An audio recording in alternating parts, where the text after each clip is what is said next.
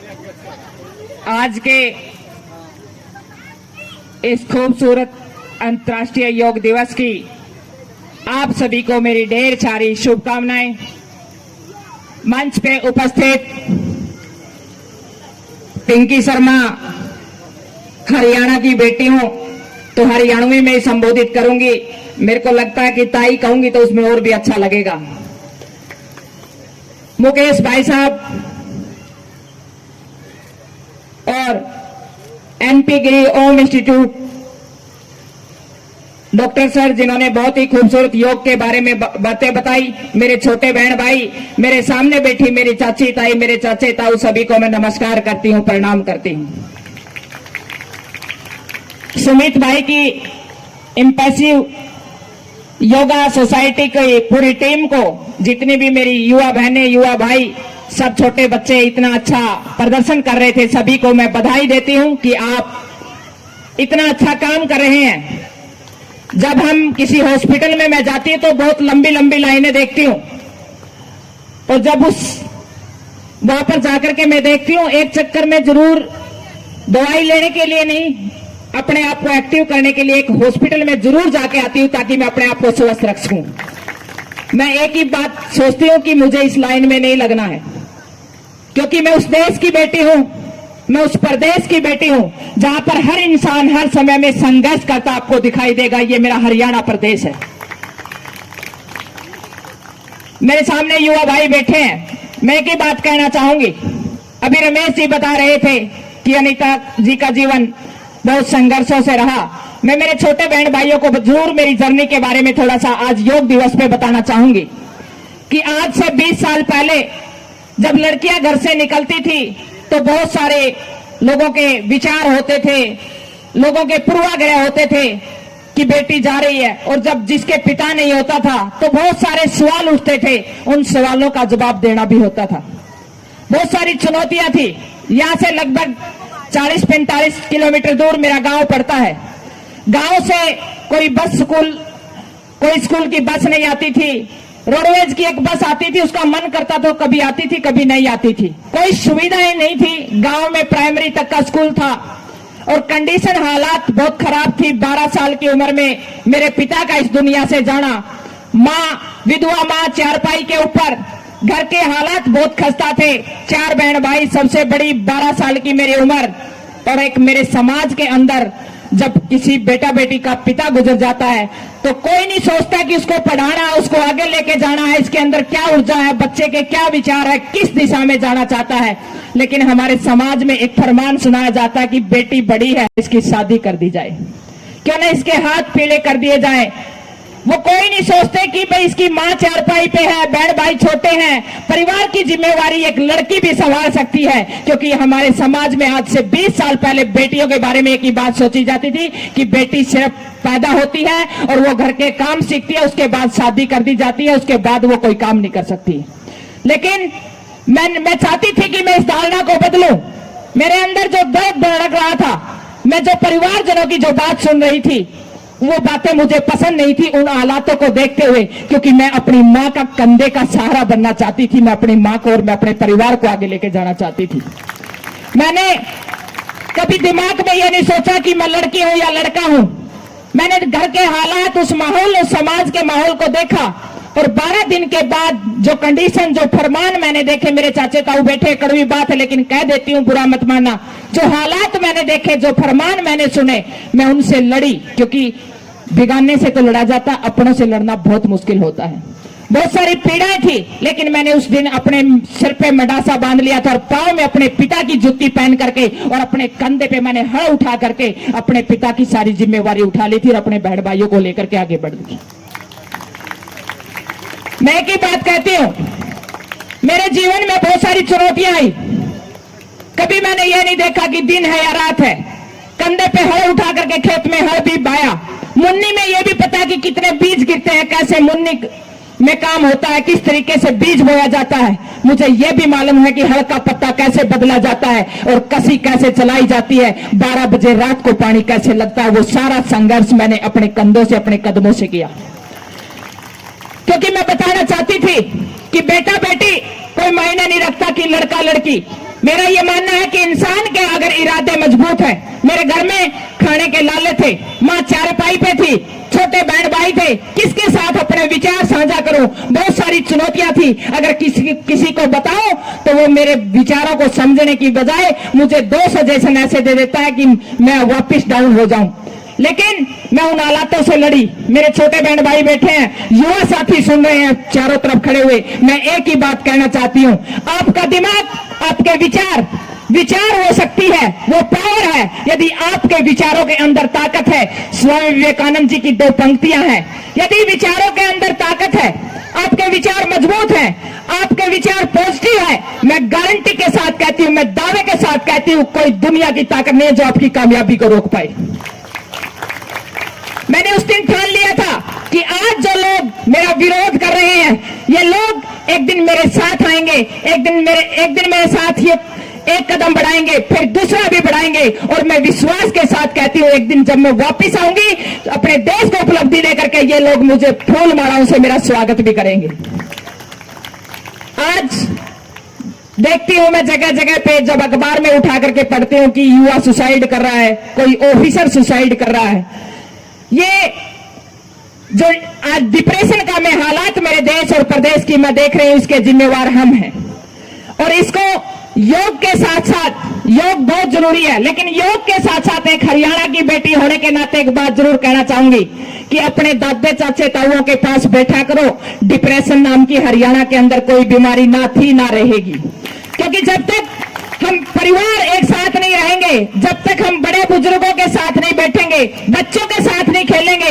हमारी joint family होती थी। मैं उस परिवार की बेटी हूं जिसमें 15-20 परिवार के जन होते थे। मेरी दादी ने मुझे रोटी पोना सिखाया, मेरी चाची ने मुझे कपड़े धोने सिखाए, मेरी ताई ने मुझे क्रोशिया चलाना सिखाया। वो मेरा परिवार था जहां से मैंने पहली शिक्षा ली, जहां से मुझे पूरे परिवार के बीच में, बड़े बुजुर्गों के बीच में, छोटे बहन भाइयों के बीच में समाज कैसे इकट्ठा रहता है, वो चीज मैंने अपने परिवार से सीखी।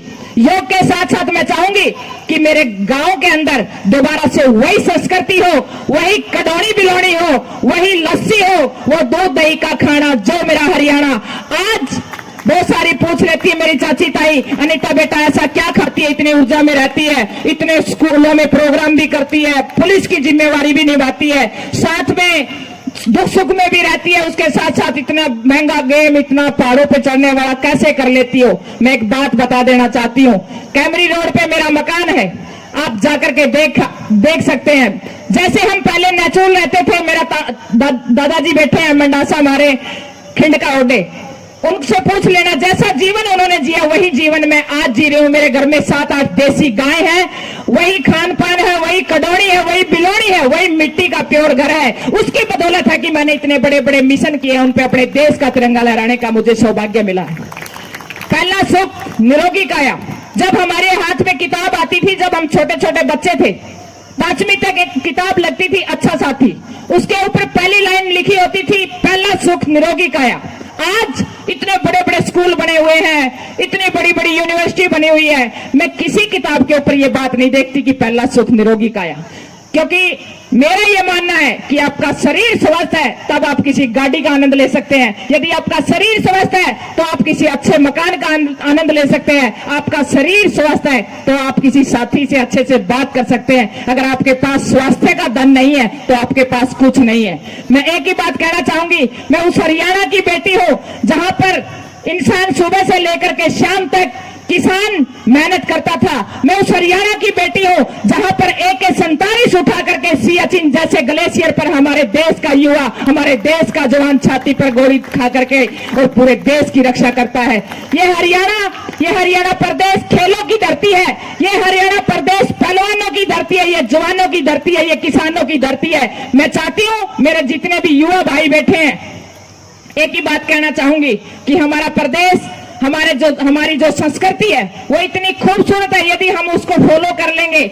मैं अमेरिका में जब अकांकागुआ क्लाइंब करने के लिए गई और मैंने ब्यूनस आयर्स में रुकने का अवसर मिला, वहां के जो एम्बेसडर थे उन्होंने कहा, अनीता बेटा मैं चाहता हूं कि आज आप, वो हरियाणा में उनकी शादी हो रखी थी, वो वैसे यूपी से थे, बोले अनीता बेटा मैं चाहूंगा कि मैडम कह रहे कि अनीता आई हुई है और आज खाना यहाँ पे खाना है। मैं ब्यूनिसियस में गई, मुझे बहुत खुशी हुई जब मैं शाम को डिनर पे गई तो देखा तो मैडम ने अपने हाथ से वहां अमेरिका में जाकर के पता नहीं कहां से दूध लेके आई, कहां से मेरे लिए खीर और हलवा की तैयारी करकी थी। मुझे देख करके बहुत खुशी हुई कि मैं हरियाणा की हूं और मुझे पता है अनीता को खीर और हलवा बहुत पसंद है। ये हमारी शान है। और उसके साथ साथ जब मैं सुबह वॉकिंग पे निकली प्रैक्टिस के लिए, मैंने ब्यूनिसियस में देखा कि चारों तरफ लोग योग कर रहे हैं, इतने पागल हैं योग के पीछे। मैंने कहा कि यहाँ पर बाबा रामदेव जी का असर है क्या? ये बोले जी बाबा, साथ में बाबा रामदेव और उसके साथ में यहाँ पर श्री रविशंकर को लोग ऐसे मानते हैं जैसे एक भगवान को मानते हैं। मुझे बड़ा प्राउड फील हुआ कि मेरे देश के ऋषि मुनि विदेशों में भी जाकर के पूजे जाते हैं। ये हिंदुस्तान की शान है।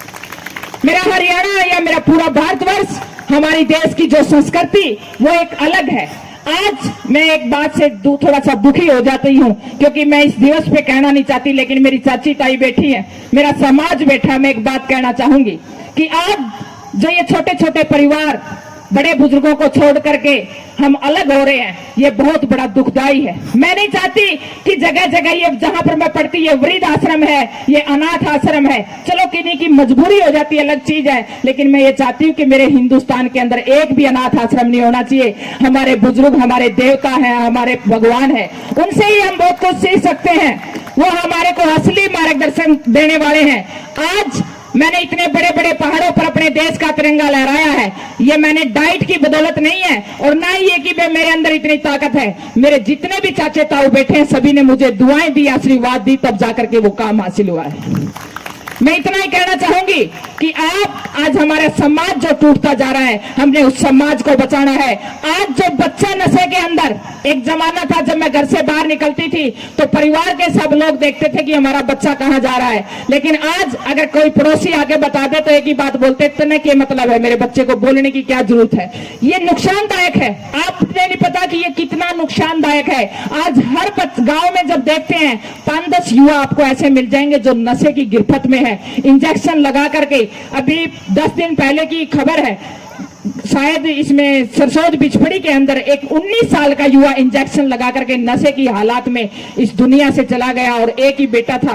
अब सोचिए उस माँ बाप का, उस दर्द को आप समझिए। अगर हमने अपने समाज के हालातों को नहीं बदला, अगर हमने समाज को अच्छा नहीं बनाया, तो हम अपने युवा आने वाली इस शक्ति को, आने वाली इस पावर को, युवा शक्ति को हम बचा नहीं पाएंगे।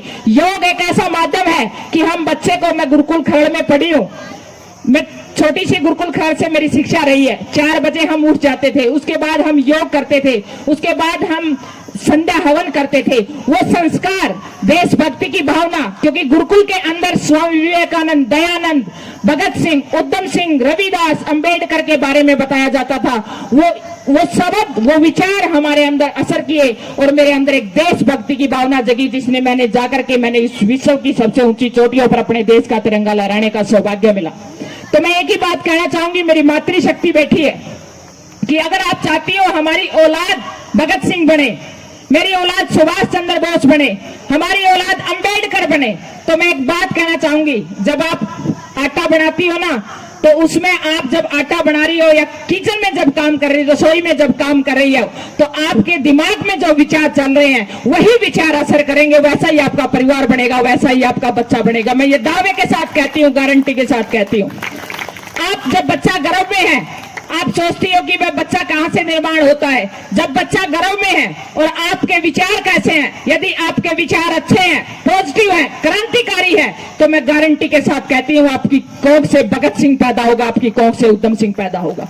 ये सारा विचारों का खेल है और मातृशक्ति के ऊपर डिपेंड है। क्योंकि मैं पूरी दुनिया में घूमी, लेकिन मैंने एक ऐसा देश देखा जिसके पीछे माता लिखा जाता है, वो सिर्फ हिंदुस्तान है। भारत माता लिखा जाता है, कभी भारत बाप नहीं लिखा जाता। ये जिम्मेवारी आपको दी गई है, आपके कंधों के ऊपर बहुत जिम्मेवारियां हैं। अंत में एक बात कहना चाहूंगी, समाज में घूमते घूमते देखती हूँ कि आज रिश्ते बहुत टूट गए हैं, बहुत जल्दी तलाक हो रहे हैं। मैं एक बात कहना चाहूंगी मेरी माओ को, बेटियां हमेशा सोचती कि बेटियां मेरी काम ना करे, बेटी हमारी आजादी से रहे, बेटी अपने अनुसार अपनी ससुराल को चलाए, लेकिन बहू मेरे हक में चले, ये ऐसा संभव नहीं है।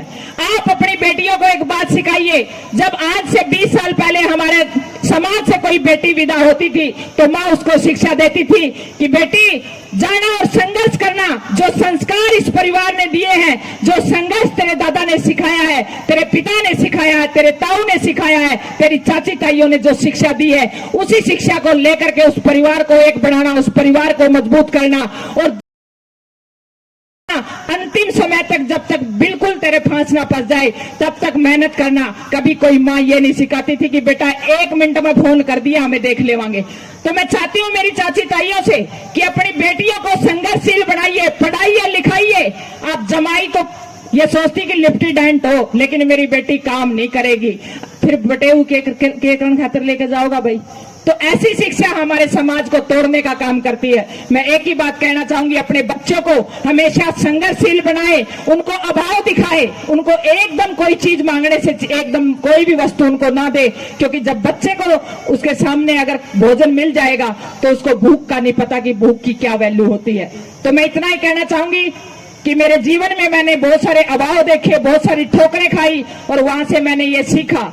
आज आप सभी के सामने मैं शेयर कर रही हूँ। आज जो मैं हूँ पूरे समाज और पूरे देश की बदौलत हूँ। और मैं ये कहती हूँ कि जितना मेरे को किताबों ने नहीं सिखाया, जितना मुझे उन ठोकरों ने सिखाया, उन हालातों ने सिखाया, उन पीड़ाओं ने सिखाया। अपने बच्चों को संघर्ष करना सिखाए, उनको जिम्मेवारी दे, उनको छोटी सी उम्र में उनको काम के अंदर डाले, ताकि वो आने वाले समय में एक जिम्मेवार नागरिक बने। मैं पूरी सुमित भाई को बधाई देती हूँ कि जिन्होंने इतना शानदार योग का जो कार्यक्रम किया है, क्योंकि योग मैं चाहती हूँ कि हर दिन सुबह आधा घंटा हमारे लिए योग का जरूर होना चाहिए, ताकि हमारा दिमाग पॉजिटिव हो, हमारा शरीर हेल्दी हो, और हम अगर हेल्दी होंगे, अच्छे विचार होंगे, तभी एक अच्छे नागरिक बन पाएंगे, तब जाके एक अच्छा देश बनेगा। तो मैं सुमित भाई को बहुत बहुत बधाई देती हूँ। एक बहन होने के नाते मैं हमेशा आपके साथ रहूंगी। जब भी आप कोई जिम्मेवारी लगाएंगे तो मैं आपके साथ कंधे से कंधा मिला करके चलूंगी। जय हिंद, जय भारत।